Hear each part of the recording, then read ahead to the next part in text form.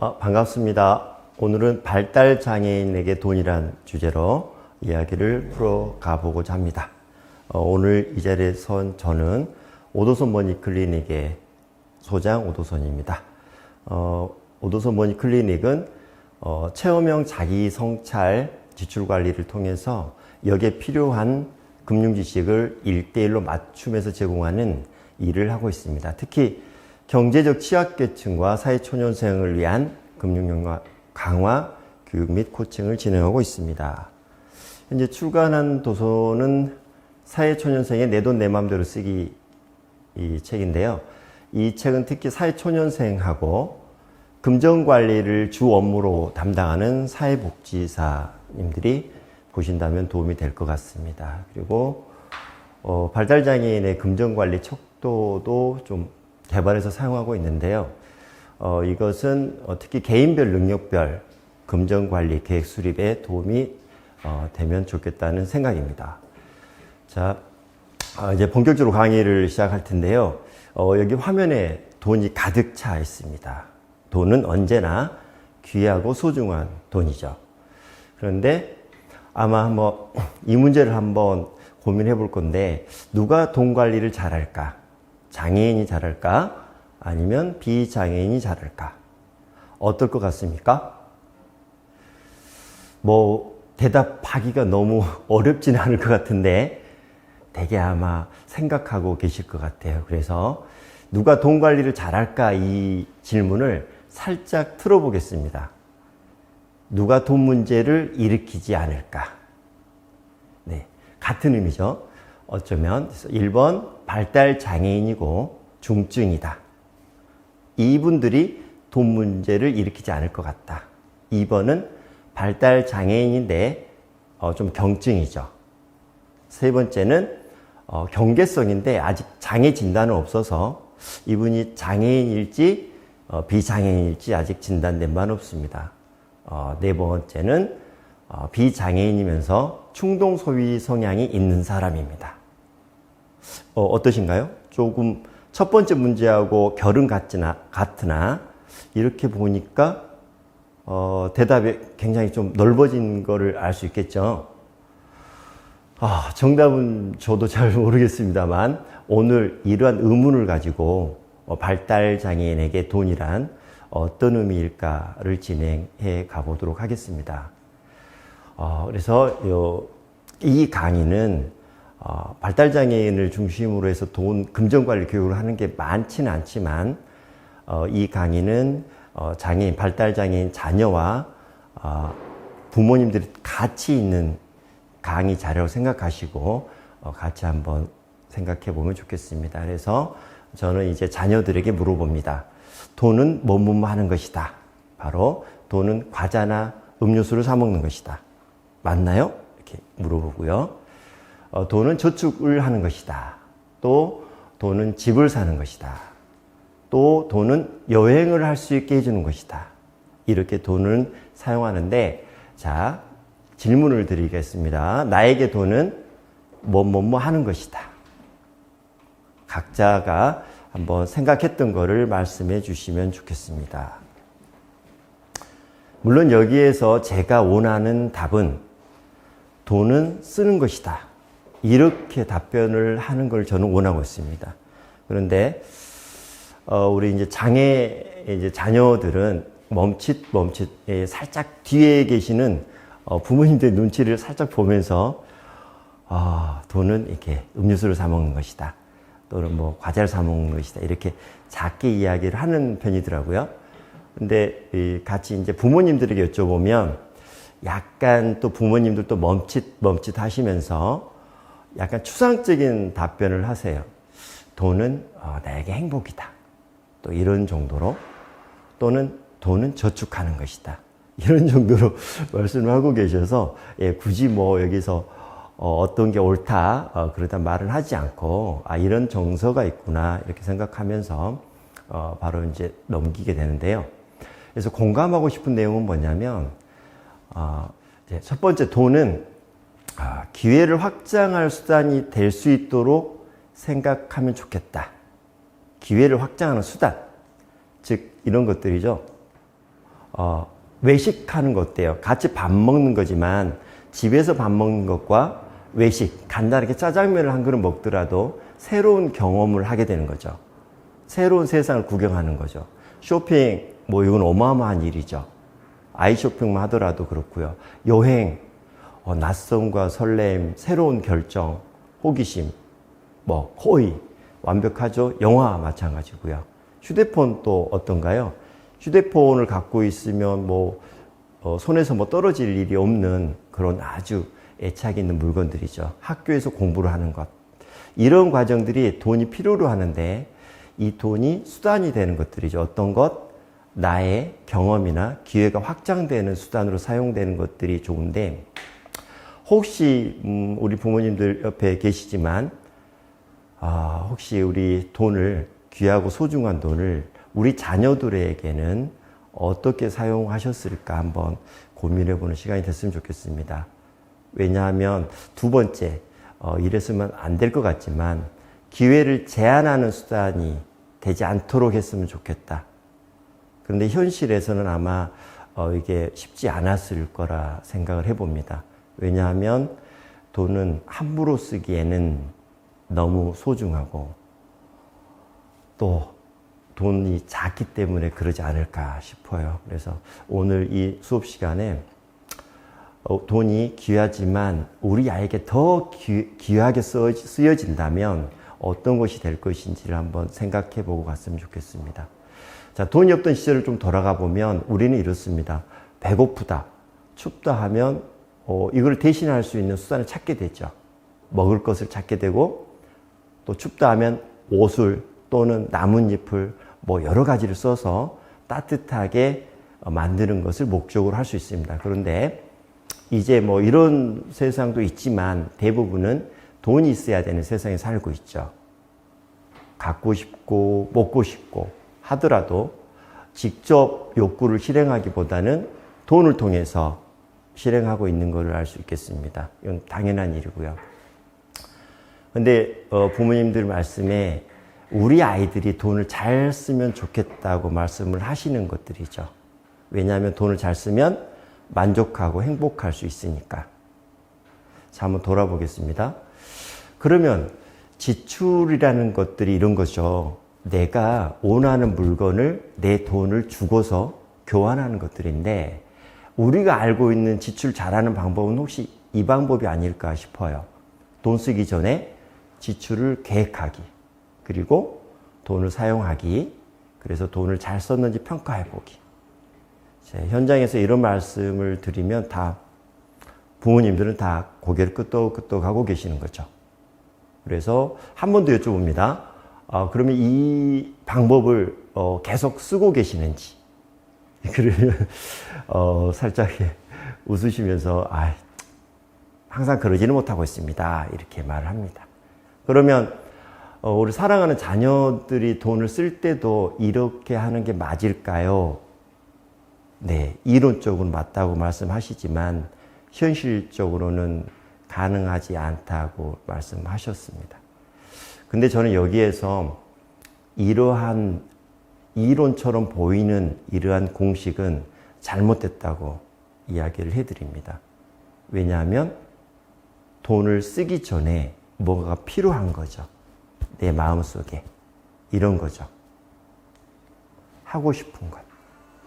하고 싶은 것, 되고 싶은 것, 먹고 싶은 것이 있었을 때만이 지출을 통해서 교환할 수 있는데 우리 사랑하는 자녀들은 이러한 것들이 나의 마음처럼 이렇게 무한히 많이 있을까를 고민해 보는 거예요. 그래서 같이 한번 찾아봅니다. 자녀들하고 같이 하고 싶은 걸 찾아보자. 돈이 있다면, 자, 돈을 갖고 가서 마트에 가서 이런 걸 사 먹는다면 어떨까? 좋아요? 그러면 자녀들이 당연히 웃으면서 좋다고 말합니다. 네. 이 상황을 부모님들이 뒤에서 지켜보는 거죠. 자, 딸기 케이크 너무 먹음직스럽게 생겼죠. 이런데 돈 쓰면 어때요? 그럼 당연히 좋다고 합니다. 자, 음료수는 어때요? 무조건 좋죠. 이렇게. 그리고 햄버거는 뭐 거의 눈동자가 커질 정도로 좋아합니다. 그런데 케이크도 마찬가지죠. 과자도. 그런데 이런 사진을 보여주는 거죠. 이게 아마 이 사진이 이 돈이 날아가는 모습이거든요. 그래서 제가 현장에서는 이 직접 돈을 가져와서 이렇게 뿌리는 퍼포먼스도 하게 되는데, 이럴 때 이제 굉장히 참여하고 있었던 앞자리에 있었던 자녀분들하고 뒷자리에 앉아 계시는 부모님들의 눈빛이 묘하게 달라집니다.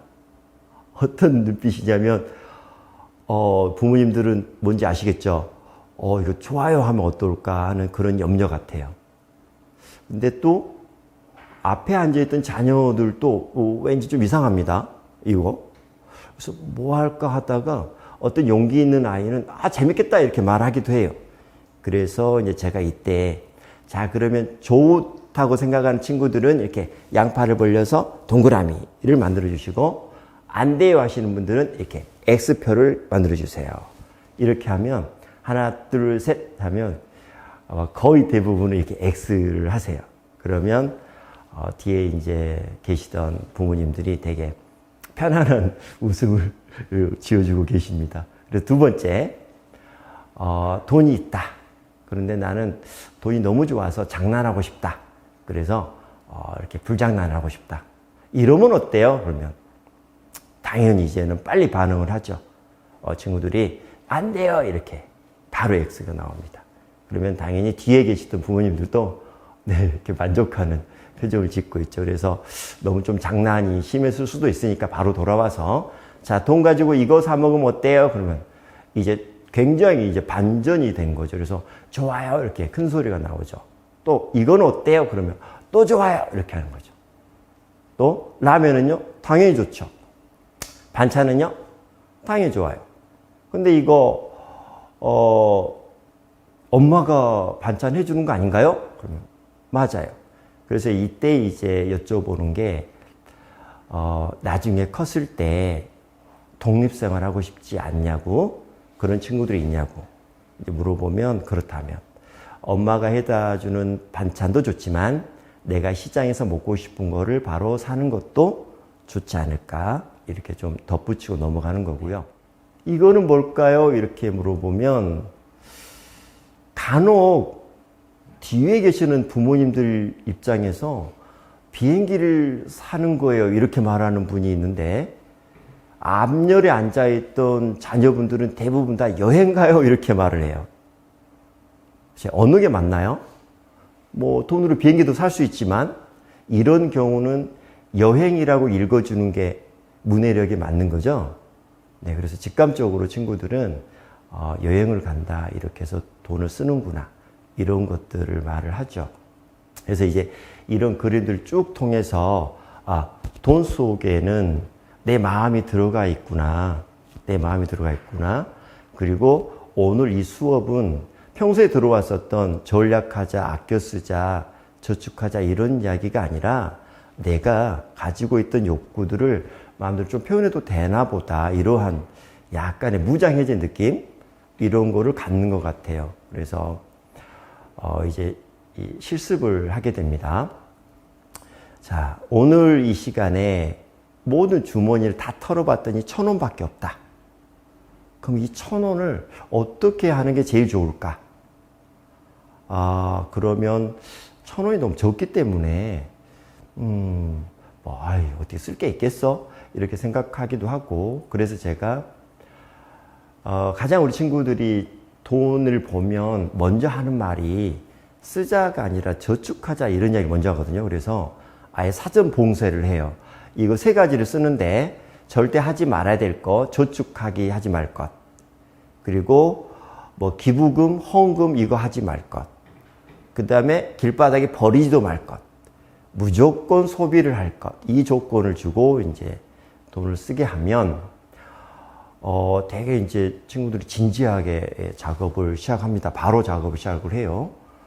글씨를 쓸 수 있는 친구들은 직접 쓰고 글씨가 쓸 수 없다면 대신 이제 써주면 되니까 무난한데 이때 뒤에 이제 계신 부모님들의 이제 또 눈이 보이기 시작을 해요. 이제 시험에 들어간 거죠, 우리 아이가. 우리 아이는 못 쓸 텐데 이런 생각하는 것 같아요. 자, 그래서 계속 이어가면 자, 이제 세 가지를 썼어요. 어떻게 쓰는 거예요? 자, 3,000원이 있다면 이제 1,000원이 아니라 3,000원이 있다면 똑같은 거를 써보게 하는 거예요. 그러면 돈 단위가 3배가 늘어났기 때문에 굉장히 이거는 즐거운 일이거든요. 그래서 또 이거를 작성을 하게 돼요. 쉽진 않아요. 이게 시간이 꽤 걸립니다. 쓸 수 있는 시간을 보장을 하고 있고요. 그래서 이제 마지막에는 이제 5,000원이 있다면 가장 하고 싶은 거를 3가지를 쓰게 해요. 자, 그러면 이제 썼단 말이죠. 그래서 이제 한번 사례를 보면 이런 것들이 나와요. 1,000원으로 쓸 수 있는 거, 겨우 커피 쓴 거 보이시죠? 껌.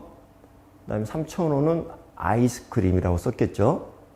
5,000원은 복권이라고 썼는데 아마 주변에서 누가 말하니까 뭐 받아 적었을 수도 있어요. 이런 정도가 아마 대부분 나오는 편이고요.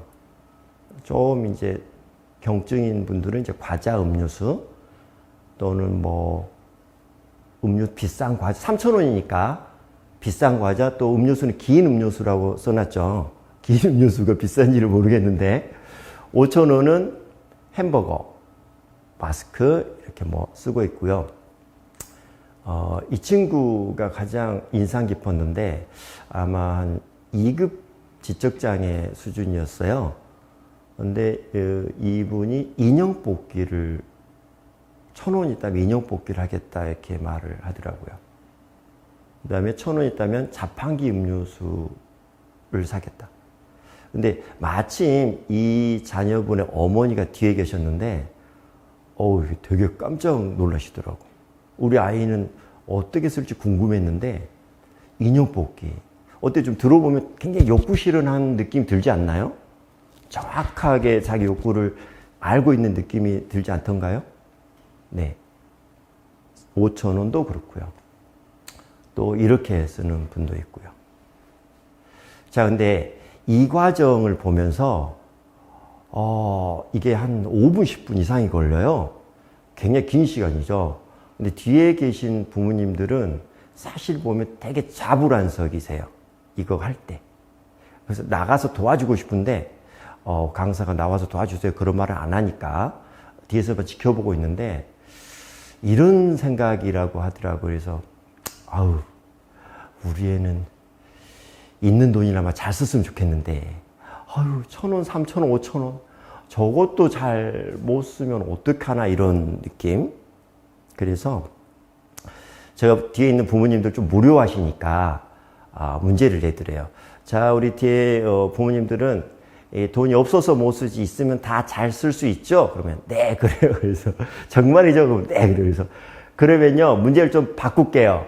1,000원이 아니고요 1,000만 원 있다고 생각하시고요. 한번 마음대로 써보시고요. 3,000원이 아니라 3억 원이라고 생각을 하시고 5,000원이 아니라 50억이라고 한번 마음껏 한번 써보시기 바랍니다. 자, 이거 금방 쓸 수 있죠? 딱 30초 드릴게요. 네, 이제 문제를 시작합니다. 한번 이 화면을 보고 있는 이 부모님들도 한번 같은 자리에 있다고 생각을 해보시고 지금 한번 생각을 해보십시오. 1,000만 원이 있다면 뭐 하고 싶은지. 왜냐하면 우리는 돈이 있다면 하고 싶은 것들이 많았잖아요. 돈이 없어서 못 쓴다고 생각을 했을 거란 말입니다. 네. 제가 이거를 한 몇 년을 했던 것 같은데 한 번도 9개를 어쨌든 적어낸 사람은 없었어요. 대개는 2가지를 말씀하세요. 무조건 첫 번째 해외여행을 가겠다. 그래서 보통도 아니고 크루즈 여행을 가겠다. 이렇게 말씀하시고요. 그 다음에 돈이 있다면 아파트를 한 채 사겠다. 이렇게 2개를 말씀하시고 나머지는 어떻게 쓸지 모르겠어요. 이렇게.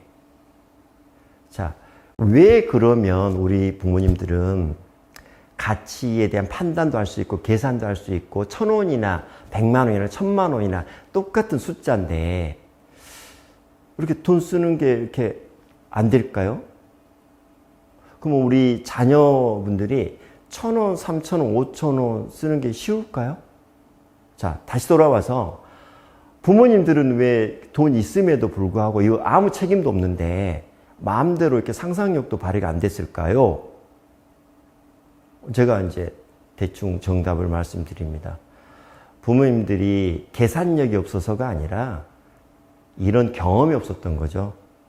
평생 사시면서 서민이라고 생각했던 분들이라면 더더군다나 평생 살면서 1,000만 원 이상 돈 써보는 거 쉽지 않거든요. 몇 번 없거든요.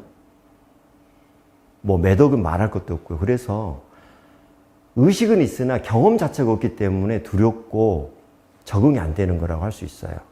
그러면 우리 자녀들의 입장은 어때요? 우리는 물론 몇만 원, 10만 원 단위의 돈은 너무 잘 쓰죠. 1,000원짜리 하나까지 같이 계산을 해낼 수 있죠. 자, 똑같은 입장에서 보면 우리 발달장애인 자녀들은 1,000원, 3,000원, 5,000원도 굉장히 버거운 돈이란 말입니다. 생각하기에. 그런데도 이렇게 잘하고 있다면 우리가 어쩌면 돈에 대해서 너무 우리 아이들을 과소평가하고 있지는 않았을까를 한번 돌이켜봤으면 좋겠습니다. 그래서 이렇게 했으면 좋겠습니다. 돌아가신다면 저는 오늘 1,000원, 3,000원, 5,000원만 했지만 1,000원으로 살 수 있는 것 3가지가 아니라 우리 자녀가 좋아하는 것들을 쭉 리스트업을 해서 10개도 좋고 20개도 좋고 쭉 나열했으면 좋겠습니다. 같이 이야기하면서 또는 대화가 안 되면 너 평소에 좋아하던 거 이런 거였는데 1,000원으로 이런 거 살 수 있었잖아. 이렇게 말해줘서 지정을 하고 2,000원으로 살 수 있는 것 3,000원, 5,000원 이렇게 쭉 금액대별로 아이에 맞게 설정을 했으면 좋겠는데 제가 여기에 5,000원 정도밖에 써놓지는 않았습니다. 근데 우리 아이는 뭐 어쩔 때는 3만 원도 쓰고 2만 원도 쓰는데요, 선생님? 여기 질문을 하게 되는데 단일 항목에 대해서 치킨을 시키면 당연히 2만 원이 넘죠. 그런데 여기에서 생각해 보면 케이스 바이 케이스로 돈을 결제하는 건 아무리 크더라도 그거는 단순하게 교환이 돼요. 그런데 3,000원을 가지고 3,000원짜리 물건 사는 것과 3,000원을 가지고 물건을 2개 내지 3개를 골라서 3,000원을 살 수 있다는 건 엄청 다른 문제거든요.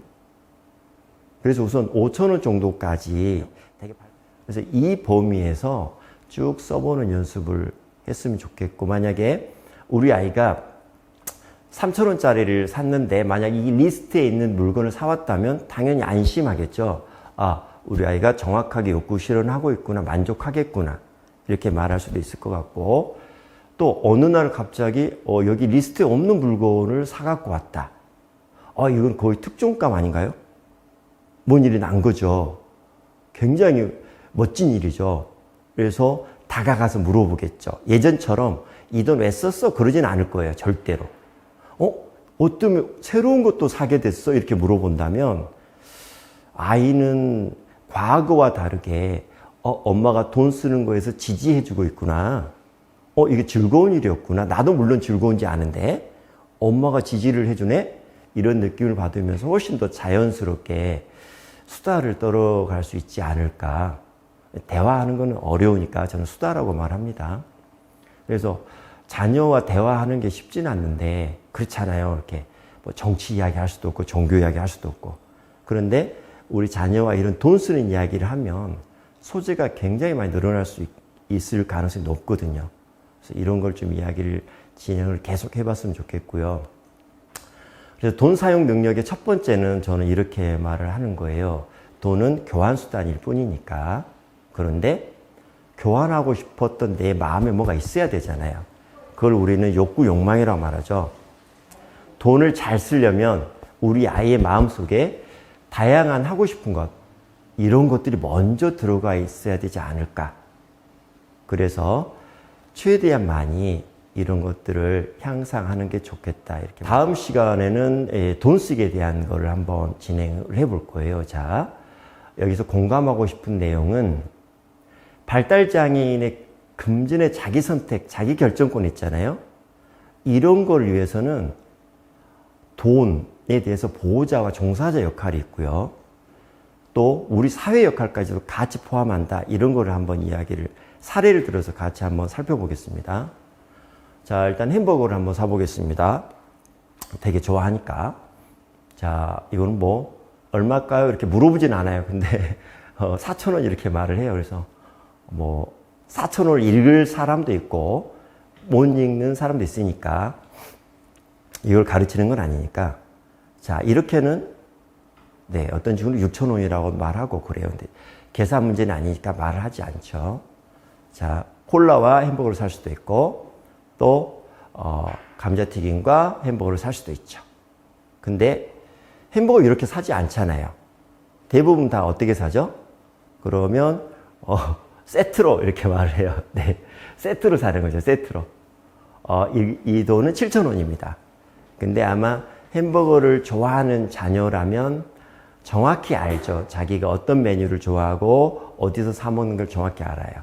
그래서 오늘 또 자녀가 햄버거를 사러 가겠다고 합니다. 사달라고 조릅니다.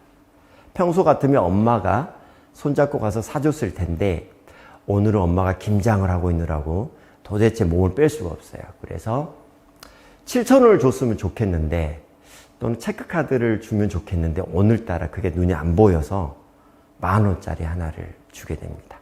그래서 이거 가서 사 먹고 오너라. 물론 수백 번도 더 갔기 때문에 다 찾아갈 수 있어요. 그리고 주문도 할 수 있어요. 근데 이 10,000원짜리를 쥐어준 엄마의 마음은 안심하기만 할까요? 아니면 뭔가가 약간 걱정하는 게 있을까요? 어때요? 네. 그쵸. 거스름돈, 영수증을 생각하고 있을 거예요. 네. 그거 한번 보겠습니다. 햄버거 가게에 도착했습니다.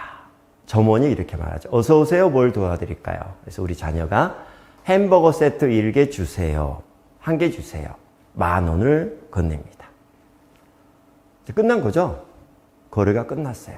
그러면 자 거스름돈을 받는 방법을 한번 보는 거죠. 첫 번째, 이렇게 해야 될 것 같아요. 자녀가 자 거스름돈 주세요. 또 거스름돈 3,000원 주세요. 이렇게 말한다면 더 정확하겠죠.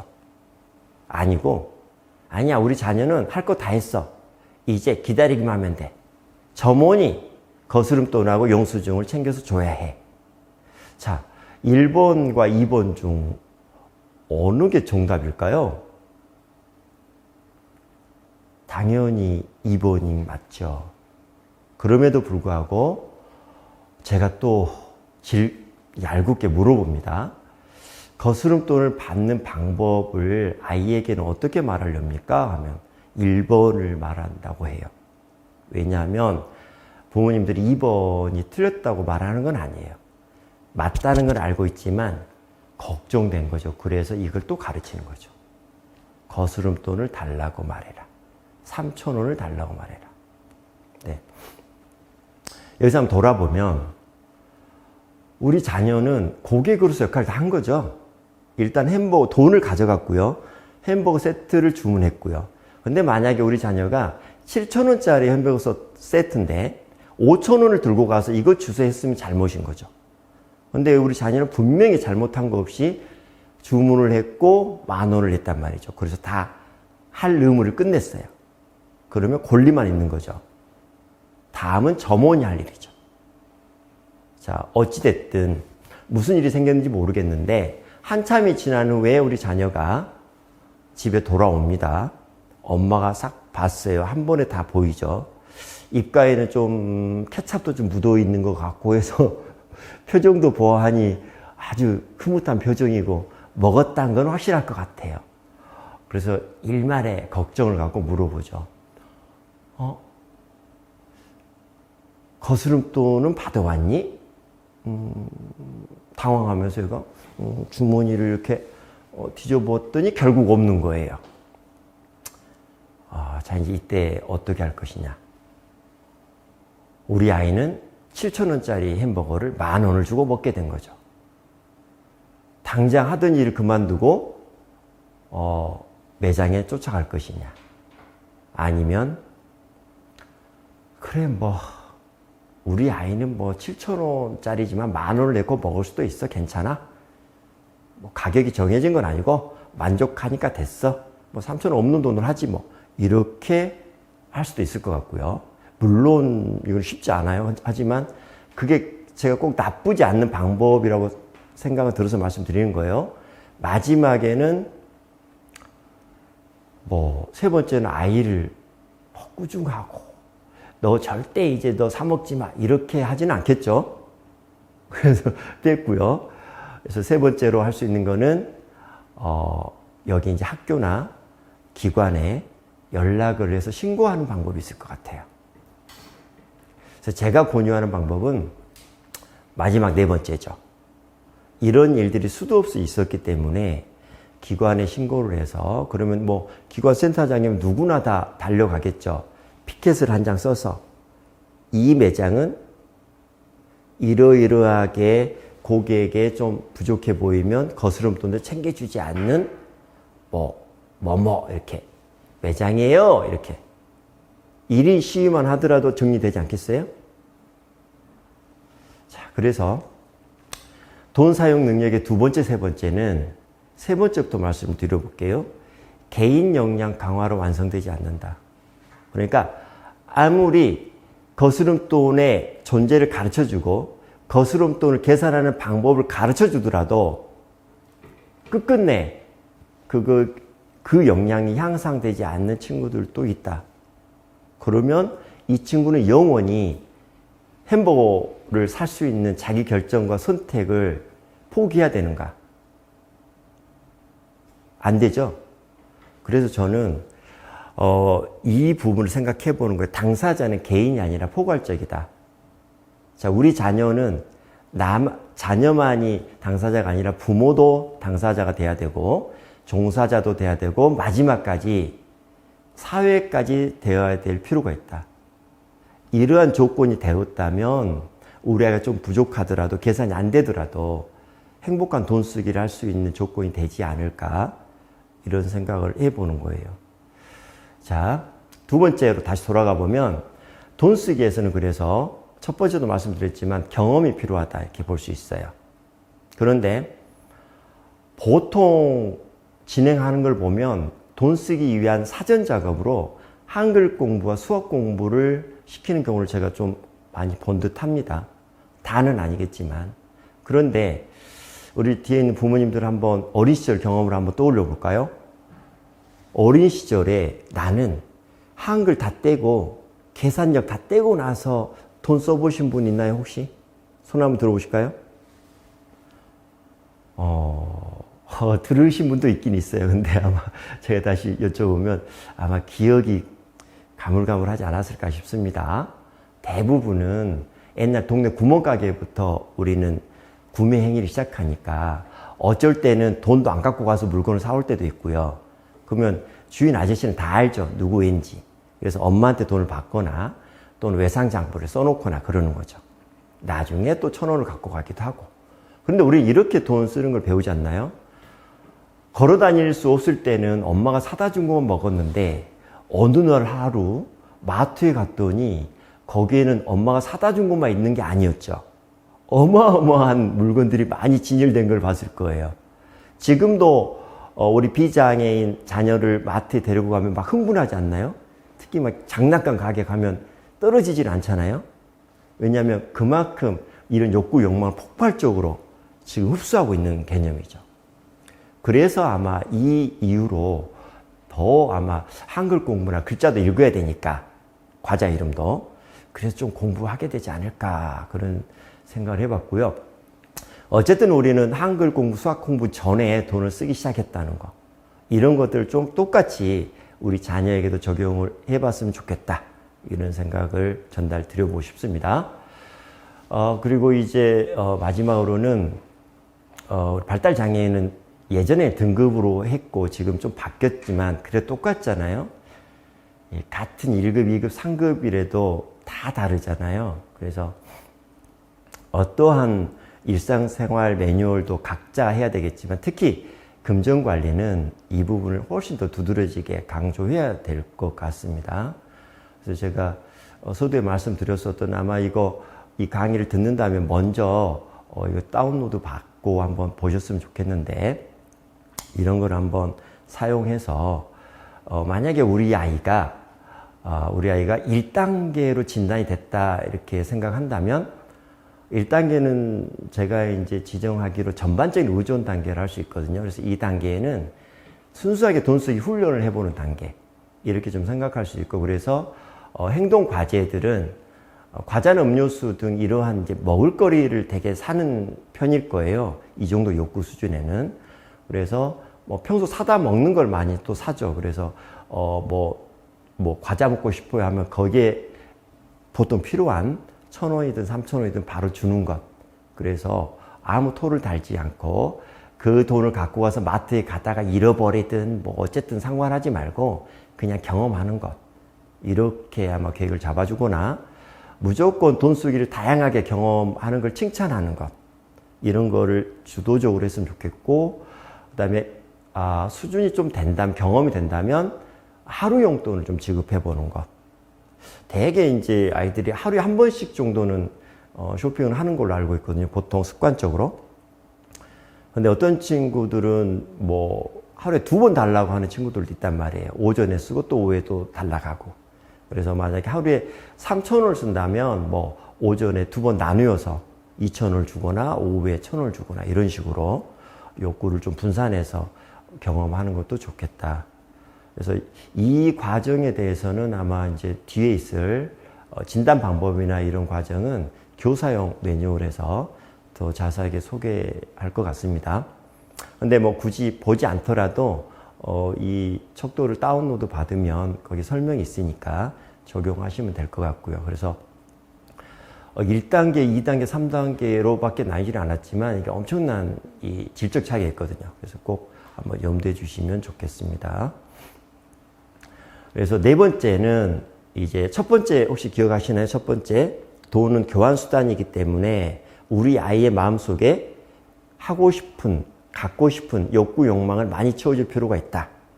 두 번째는 돈 쓰기는 수학 공부가 중심이 아니다. 경험이 더 필요하다. 세 번째, 개인의 역량을 강화해서 돈 쓰기 역량을 키울 수는 없다. 한계가 있다. 그래서 포괄적 당사자 개념으로 전체가 다 사회까지 합쳐서 포괄적 당사자로 네트워크 일체화가 되는 게 필요하다. 네 번째는 이제 개인별로 돈 사용 매뉴얼을 갖는 게 필요하다. 그래서 각자에게 어울리는 금전관리 목표를 설정할 필요가 있다.